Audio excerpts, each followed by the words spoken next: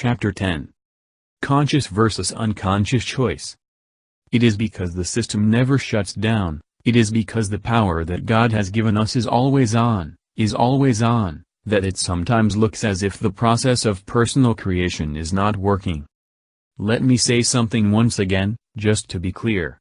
Personal creation is always working. Earlier I observed that some people have tried using the personal creation process and have thought it to be ineffective, although it does not always produce the results that we desire. It is precisely because it is so effective that it does not do so. The energy of attraction, you see, responds not only to what we desire, but also to what we fear. Not only to what we wish to draw to us, but also to what we wish to push away. Not only to what we consciously choose, but also to what we unconsciously select. Selecting from what my friend Deep Chopra calls the field of infinite possibilities is a delicate procedure. It is a matter of what we focus on, whether we want to or not, whether we do it consciously or not. For instance, if your mind is focused on doubling your income within the next year, but if you have a later thought, the next hour or the next day, that it will be almost impossible for you to do this if you say to yourself, "Oh, come on, be practical.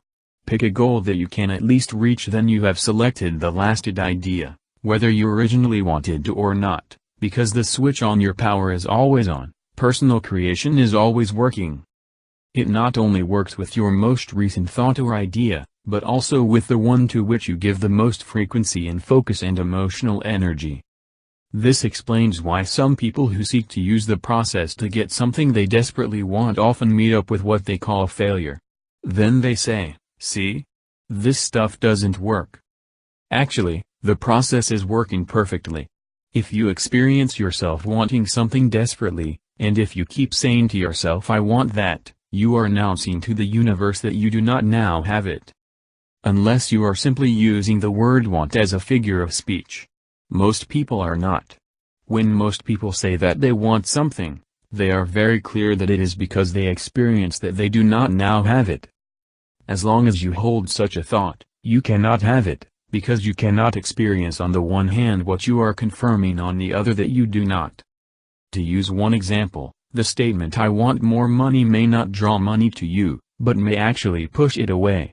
This is because the universe has only one response in its vocabulary, yes. It listens to you very carefully, and it listens most of all to what you are feeling.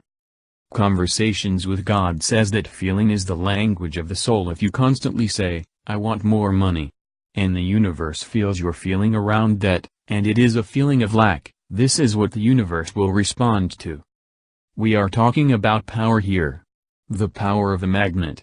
Remember that a feeling is energy, and is the matter of energy, like attracts like.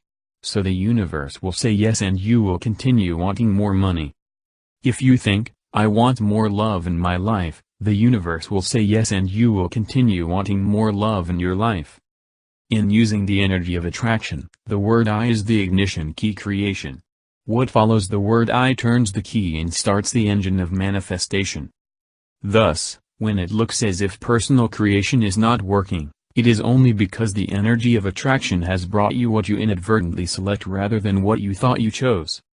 If the power were not always on, if the process was not always working, you could have a single very positive thought about something and that outcome would be made manifest in your reality without fail.